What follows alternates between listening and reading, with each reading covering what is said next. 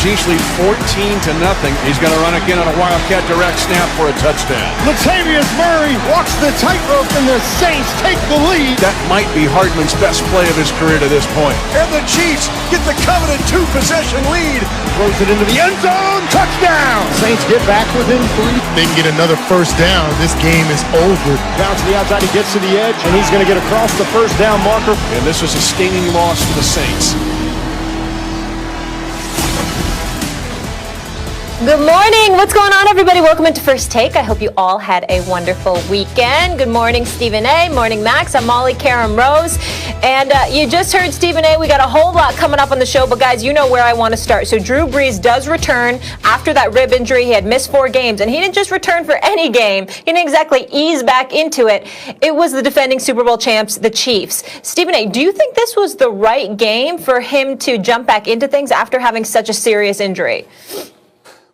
In hindsight, Molly, I'm going to say no. I'm going to say no, because I think that when you looked at Drew Brees, obviously Kansas City got out to a lead, and we know that the score indicated that it was closer. They came back. We understand that. They scored 15 unanswered points. But in the end, Kansas City was able to do what it does. Offensively, we knew that was going to happen because you got Patrick Mahomes with Tyreek Hill, with Travis Kelce, and the crew.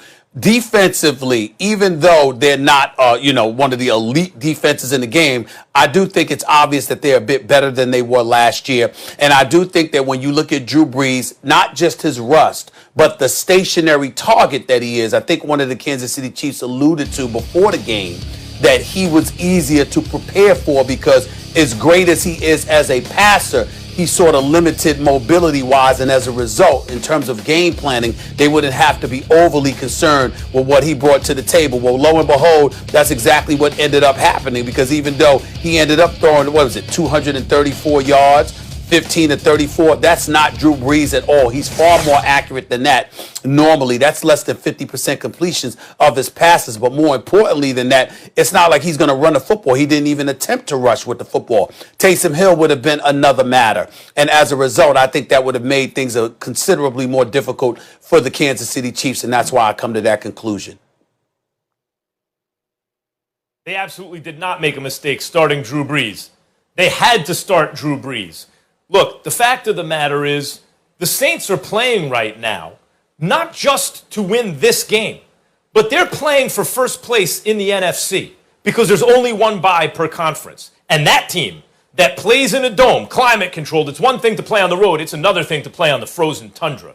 And there's a good chance that that's where they'd wind up playing. They have to try to avoid that. They also have to get Drew Brees ready for the playoffs. This is likely the last time he'll be able to make a run. He was thinking about retiring last year. There's a good chance this is it for Drew Brees, especially coming off a punctured lung and 11 crushed, fractured ribs and the whole thing. You got to get him going for the playoffs. But more than that, they believed he gave them the best chance to win this football game. And I think they're right. It's not like Taysom Hill beat the Eagles the week before. And this idea, well, whenever backups start, they do better, have a better winning percentage than Drew Brees. Do we really believe that his backups are better than him?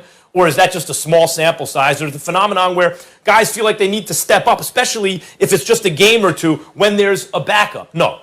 Drew Brees, one of the greatest of all time, looking to add another Super Bowl to his resume on maybe the team that gives him the best chance to do it since his first Super Bowl win, should have started this game. He did, and in the end, look, most Chiefs games, the score, if it's a little close, it doesn't really tell the story. The Chiefs were the better team. Still, it was one field goal, and that was without Michael Thomas. No Michael Thomas. Like, we've been waiting for Brees to have his full complement of receivers the entire season. The whole thing about Emmanuel Sanders, you have a great number one, and now you have a real number two. It's not Kamara. You can still use out of the backfield, but he doesn't have to be the second best receiver on the team. Once again, Drew Brees didn't have his full complement of receivers. I can't look at the outcome of this game where Brees looked confused at times. Like, all that tells me is he needs to get his feet wet in a game like that, and he was competitive, and so was the team. And with Michael Thomas, who knows? I think the Chiefs win anyway, but who knows? It was the right move.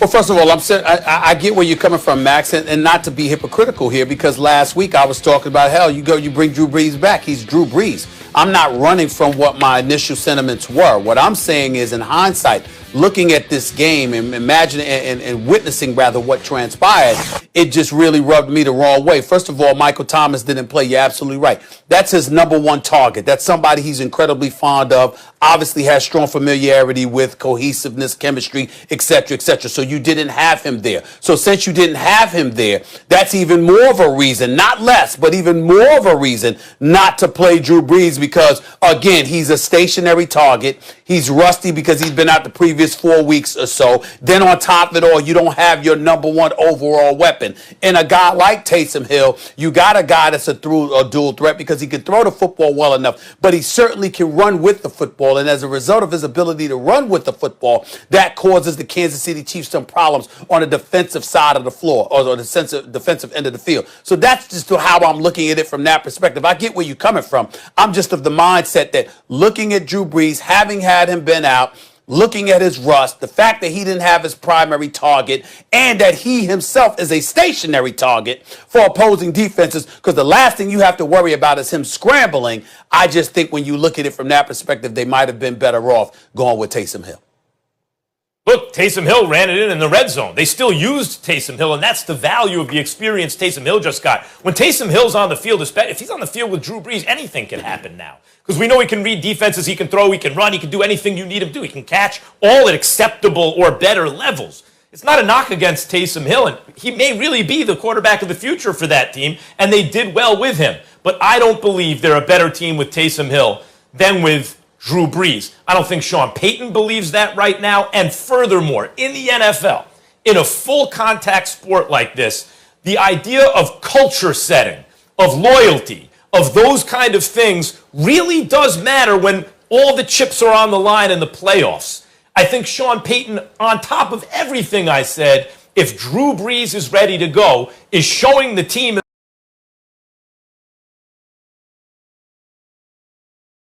in the world, he's our guy. He can get us there. That's also an important message to send.